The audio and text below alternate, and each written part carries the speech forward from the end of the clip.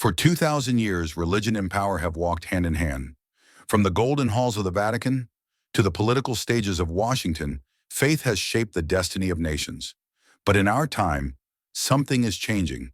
The sacred and the political are merging in ways the world has never seen before.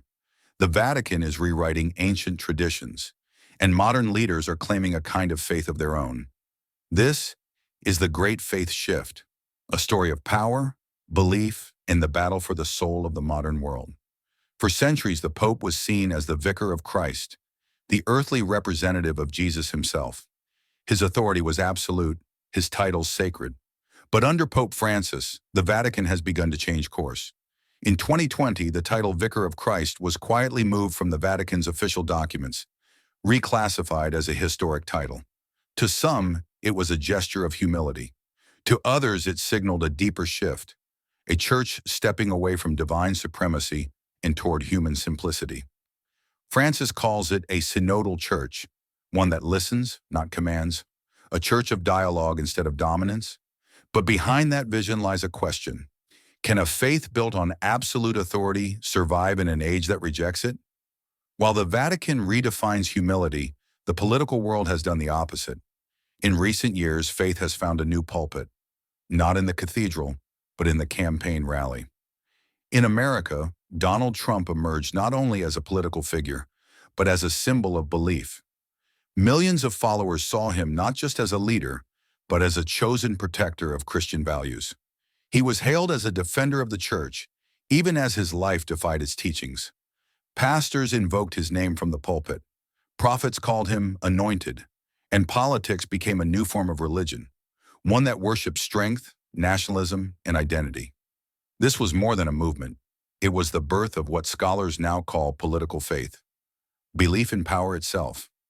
At the same time, Pope Francis was speaking a very different language, one of mercy, climate care, and economic justice. He warned that politics without compassion becomes tyranny. To his critics, this was politics in disguise. To his supporters, it was Christianity in action. But make no mistake, the Vatican under Francis has become deeply political. He speaks at climate summits, challenges global capitalism, and meets with world leaders more like a statesman than a pontiff. And so, two forces emerge: a religious humility that seeks to serve, and a political religion that seeks to rule. Both claim to speak for faith, but both reveal how deeply our world is changing. Around the world, faith and nationalism have fused. In Russia, Orthodox Christianity fuels state ideology. In India, Hindu nationalism shapes politics.